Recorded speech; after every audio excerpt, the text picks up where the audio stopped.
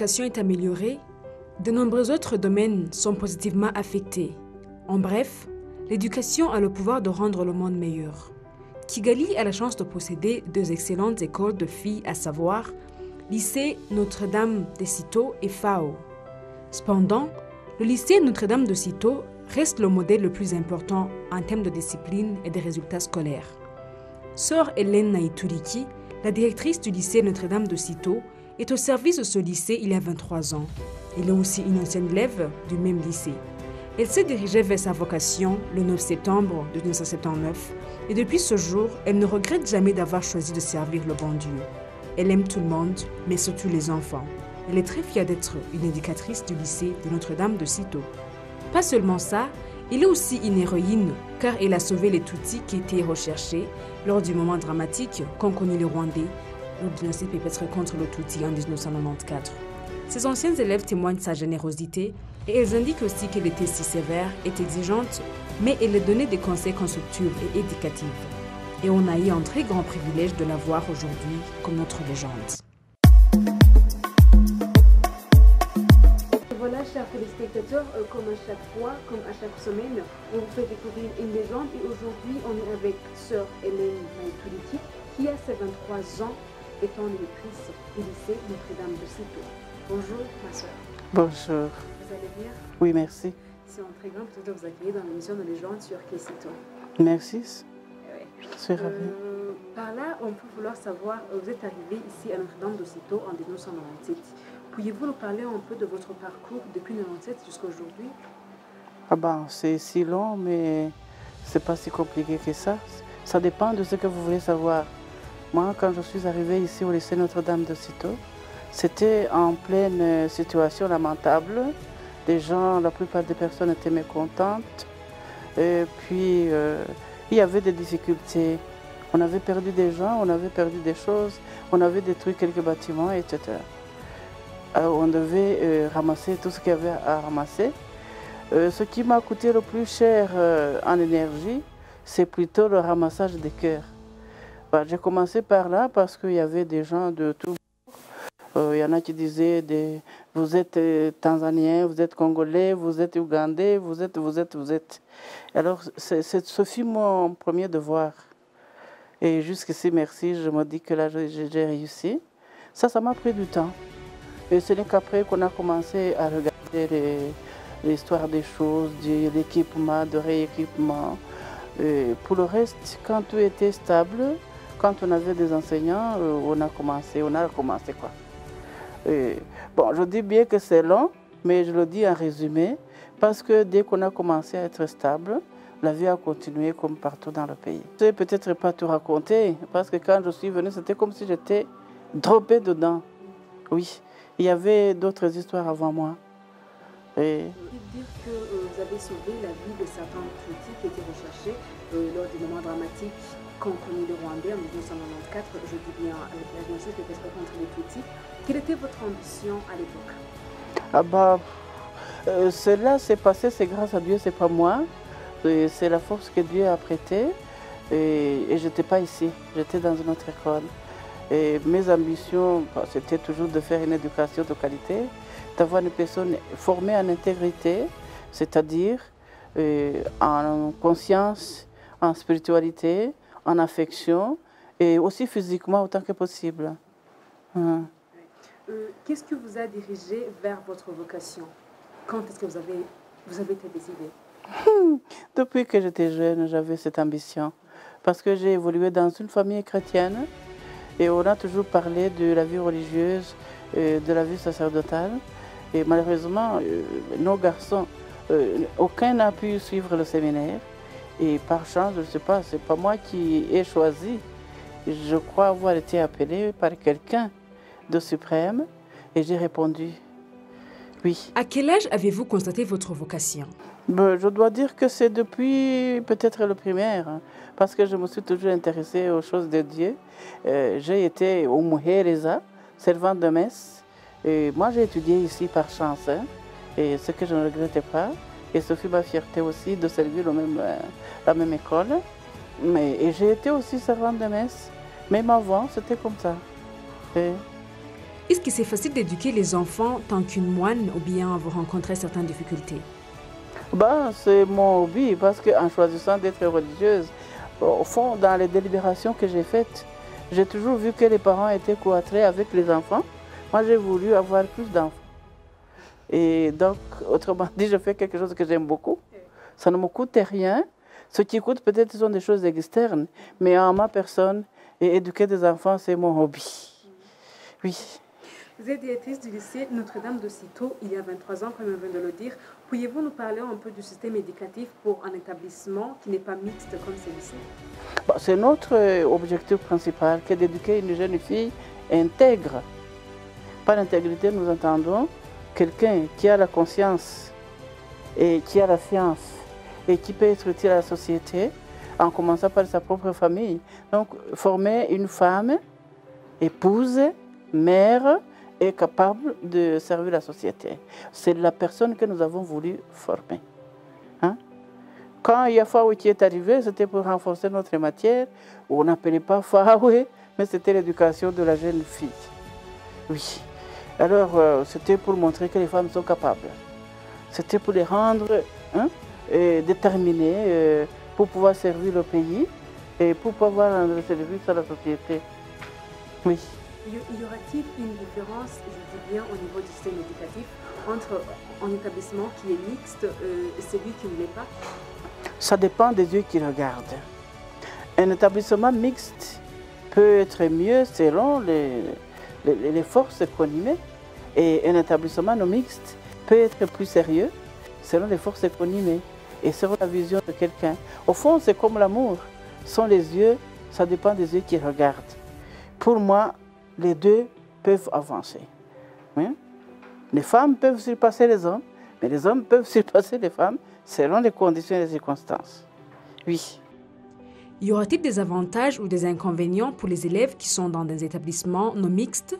Ça dépend des formateurs. Moi, j'ai eu un établissement mixte parce qu'après le génocide, nous avons eu quelques garçons que j'admire beaucoup d'ailleurs parce que maintenant, ils servent gaillamment et vaillamment aussi dans la société. Oui, ils étaient très disciplinés alors. C'était après le génocide. Hein? C'est pas tout le monde qui est discipliné. Mais pour moi, la différence qu'il y a, c'est que moi, il m'est plus facile d'éduquer les filles plutôt que d'éduquer les garçons. Il y a de ces connaissances que moi je possède, plutôt féminines. Mais il est plus facile de les amener en ordre par rapport aux garçons. Parce qu'il y a certaines choses que je peux ignorer des garçons. Et alors, l'inconvénient, je ne vois pas si les éducateurs sont capables de faire ce qu'il y a à faire. Mais s'il y a des éducateurs qui ne sont pas sérieux, je me dis que l'établissement mixte peut causer plus de problèmes que les établissements non mixtes.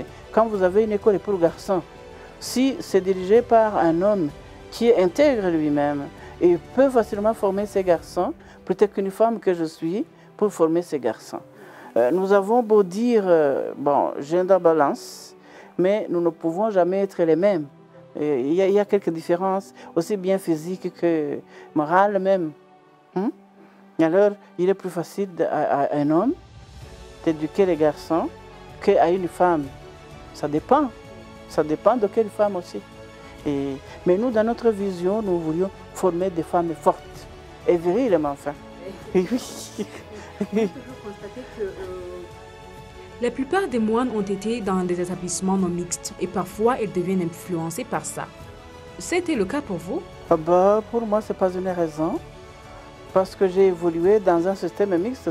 Au primaire, nous avons étudié avec des garçons. Dans nos familles, nous sommes éduqués en mixité. Donc, pour moi, ce n'est pas ça. Non. Oui.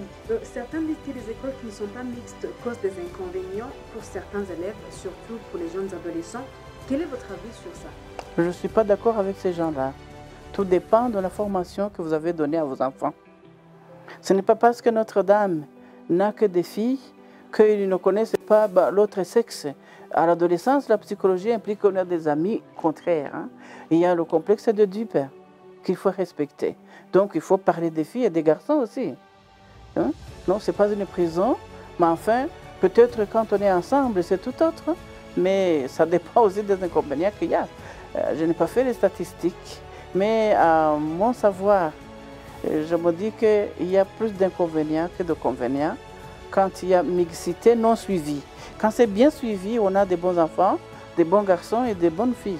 Mais quand ce n'est pas bien suivi, attention, danger. En tant que directrice du lycée Notre-Dame de Citeaux, que faites-vous pour garder cette bonne éducation pour vos amis? Au fond, il n'y a rien de spécial. Quand vous êtes dans un service, première chose, il faut accepter, il faut l'aimer. Faire votre, ce que vous devez faire. Et aimer ce que vous faites et ceux que vous servez. Oui. Pour moi, je ne sais pas dire plus. Quand j'ai une personne devant moi, je me dis, ça c'est mon enfant. Qu'est-ce que je voudrais que mon enfant devienne? Alors je vais dans cette ligne, tout en étant dans la ligne générale du pays, la ligne politique, la ligne éducative. Mais il faut dire, si c'est mon enfant, quel enfant je préférerais avoir? Voilà, ça c'est mon point de vue, c'est comme ça. On avance en disant, si j'avais un enfant comme ça, moi je devrais faire, chercher des moyens comme ceci, pour avoir une personne bien formée. Revenons un peu sur l'éducation. Comment vous trouvez l'éducation au Rwanda, le système éducatif au Rwanda en général? Que souhaiteriez-vous voir? Bon, j'aimerais avoir des personnes capables de développer notre pays en amour sans limite et sans autre raison, qui travaillent ensemble, qui évoluent ensemble pour faire un pays de paix et de socialiser, quoi. Oui, pour moi c'est ça, c'est la personne que je voudrais avoir dans l'éducation, qui possède la sagesse et qui possède, bon, j'allais dire, qui sont très intelligents, qui a cette science, mais habillée de la conscience, conscience de vivre avec les autres, conscience d'être patriote, conscience de reconnaître chaque individu comme créature de Dieu et qui doit être avec, vivre avec. Voilà, ça c'est mon souci. Ma sœur, vous avez vécu votre adolescence étant déjà dans la vocation. Comment vous donnez des conseils aux adolescents alors que vous ne savez presque pas les difficultés qui y sont? Ben, si vous pourriez les rencontrer, je pense qu'ils auraient raconté. Essayez d'en attraper quelques-unes qui sont à Kigali. Comment on leur donne conseil de vivre avec ces gens. Mais en résumé, moi je dis qu'il faut avoir des amis, mais il faut pouvoir choisir ses amis. Il ne faut pas suivre moutonnièrement. Normalement, nous ramassons des gens, nous disons que ce sont nos amis. Non. Un ami, c'est cette personne qui peut vous corriger quand vous êtes en erreur, qui ne vont pas là où vous allez, tout simplement, ceux qui vous aident à évoluer. Et pas ceux qui vous aident à tomber. Vous savez, il y en a, mais on dit que ce sont des amis, mais ce ne sont pas des amis. Hein? Non, il faut trouver la ligne de choix de ces amis. Vous avancez parallèlement. Et si un jour vous devez vous rencontrer, vous aurez évolué comme il faut. En parallèle, mais pas avec, en parallèle et en complément. Oui, c'est mon point de vue et c'est ce que je dis toujours. Des amis, nous en avons. J'en ai eu, je le dis toujours. Et j'ai eu de bons amis très sérieux. Si vous avez des amis qui vous laissent tomber dans le ravin, ce ne sont pas des amis.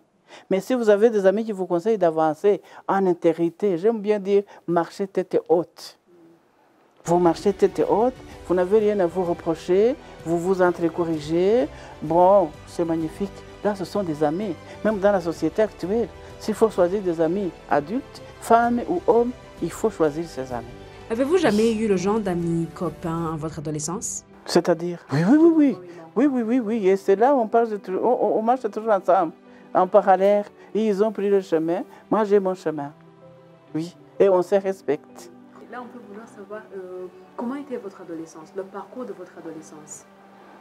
Bon, suivant l'éducation que j'ai reçue en famille, j'ai été éduqué avec des garçons, mes frères, qui ne sont plus malheureusement. Et sur la colline, les voisins, c'était des garçons. Et les parents, dans l'éducation qu'ils nous ont donnée, ils n'ont jamais séparé garçons et filles. Nous avons fait les mêmes choses, c'est-à-dire les mêmes emplois, les mêmes visites, les mêmes jeux, etc. Et on a évolué, mais la maman s'occupait toujours de la fille pour dire, voilà, quand tu es adolescente, il faut faire attention, il ne faut pas être l'objet de contradiction de la culture, etc. Et comme j'ai évolué dans une église catholique, nous avons reçu l'éducation catholique.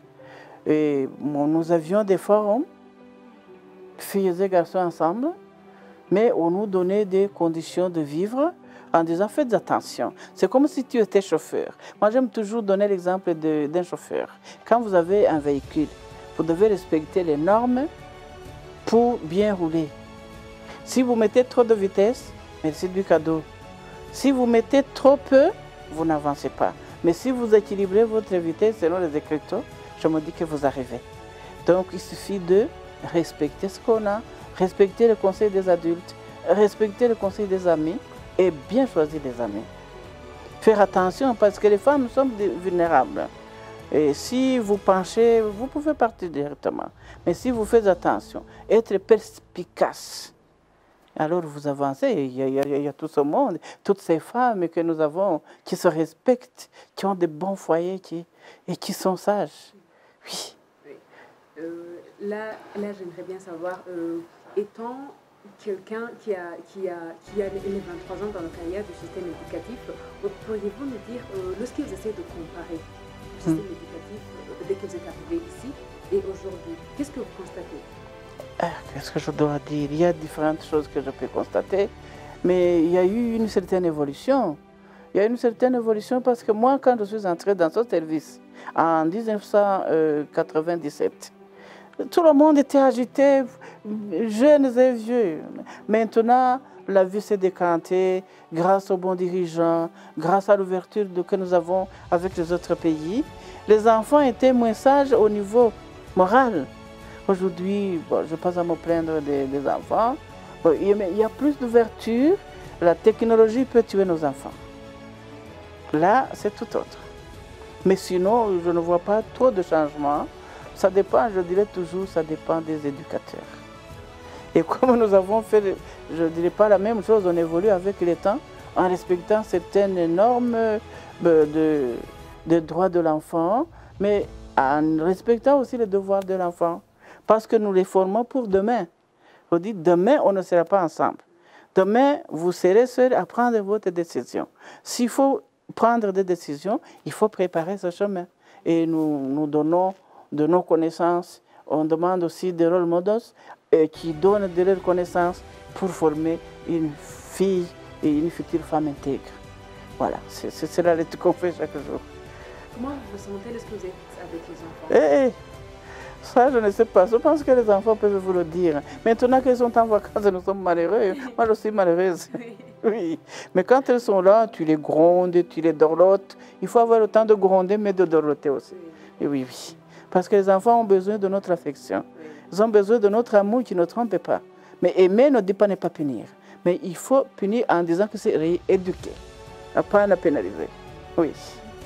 Qu'est-ce qu'il faut pour que quelqu'un ait une vocation d'être une sœur ou bien un frère? Ça, je ne saurais pas vous dire. Hein. La première chose est de pouvoir prier, et écouter, donner les oreilles du cœur, écouter ce que Dieu vous dit. Il ne va pas vous appeler comme ça, mais vous pouvez voir si vous êtes concentré. C'est comme si vous rencontriez un jeune qui vous aime. Comment vous pouvez savoir que le jeune vous aime? Il y a cette attraction qui est là. Alors vous suivez. Oui, c'est ce que je dirais. Avez-vous déjà eu l'ambition de quitter votre vocation? Non, non, non, non. Et je n'en aurai pas, je suis sûre. Oui.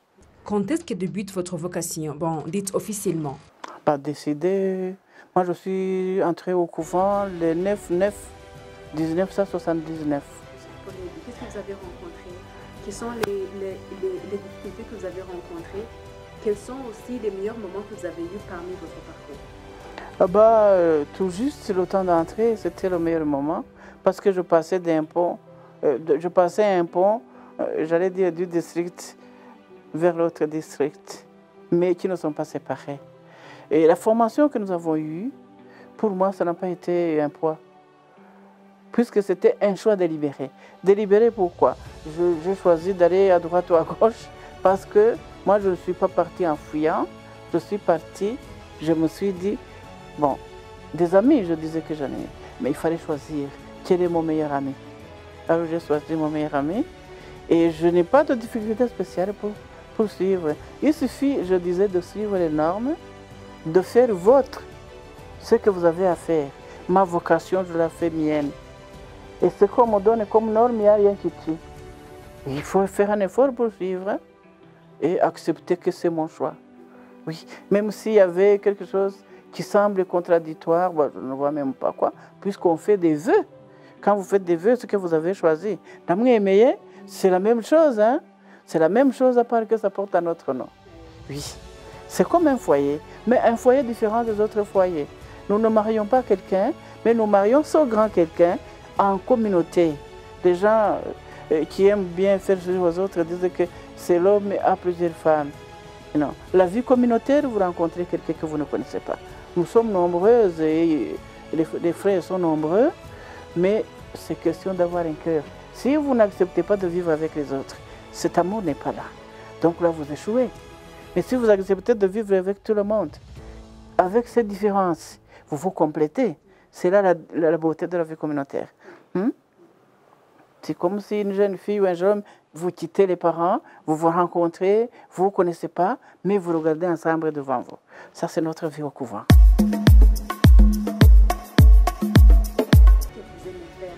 Aujourd'hui, par rapport à quoi? N'importe quoi. Qu'est-ce que vous faites? La plupart de votre temps, qu'est-ce que vous faites? Bon, je peux faire beaucoup de choses, mais ce que j'aime le plus, bon, on prie. Si tu ne pries pas, tu ne fais pas ton travail. Et abstraction fait à mon travail. Moi, j'aime bien faire la lecture. Et quand j'ai une bonne musique, c'est bon aussi. Oui. Quelle est la personne que vous aimez le plus? C'est-à-dire, quel genre de personne? Moi, j'aime tout le monde. Surtout les enfants. Oui. Surtout les enfants, ça c'est vraiment, je ne dirais pas que c'est mon point faible, je pense que c'est le plus fort. Qu'est-ce qui cause votre colère? Si quelqu'un est menteur, ça je ne supporte pas. Je ne supporte pas le mensonge. J'aime les gens qui vont droitement. Si c'est oui, c'est oui. Si c'est non, c'est non. Parce que ça ne vous fait pas perdre du temps. Oui. Ça, en tout cas, je pense que beaucoup de personnes qui me connaissent le savent. Je n'aime pas les gens qui trompent les autres. Oui, ça vous fait perdre du temps. Je n'aime pas des voleurs. Ça fait des choses. Et je n'aime pas des gens qui inventent des histoires sur d'autres personnes et qui vont raconter des mensonges. Donc, spécialement ça. Pour le reste, oui. Quel est le meilleur souvenir que vous avez déjà eu? Le meilleur, c'est quand j'ai quitté, comment est-ce que je vais le dire? C'est quand j'ai quitté, parce que moi j'ai été longtemps avec ma maman. J'ai été pendant, vous allez rire, mais plus de 5 ans, 6 ans. J'aimais bien sucer le sein. Mon meilleur moment, c'est le jour où je dis moi-même à ma mère, c'est fini, j'arrête. Vous l'avez arrêté vous-même? Oui. Les gens m'ont frappé, faisaient tout, mais le jour où je l'ai dit moi-même, ce fut mon meilleur moment parce que je me séparais légèrement de ma maman. Oui. Et quels sont les moments les plus dramatiques que vous avez eus? Il y en a, mais le plus dramatique, c'est le génocide. Ce fut le pire moment qui m'a fait du mal et du tort parce que ça a pris beaucoup de personnes. Ça a pris... Bon, les choses, on peut toujours les rechercher, mais les personnes ne peuvent pas les trouver. Et voilà le grand parcours de sœur Naïtouliki Hélène, qui est directrice du lycée Notre-Dame de Cîteaux depuis 23 ans. On vous remercie tous d'avoir suivi cette édition. On vous retrouve à la prochaine occasion. Karen Omotessi, j'étais avec vous à la présentation. Qui c'est tout? Là, pour vous.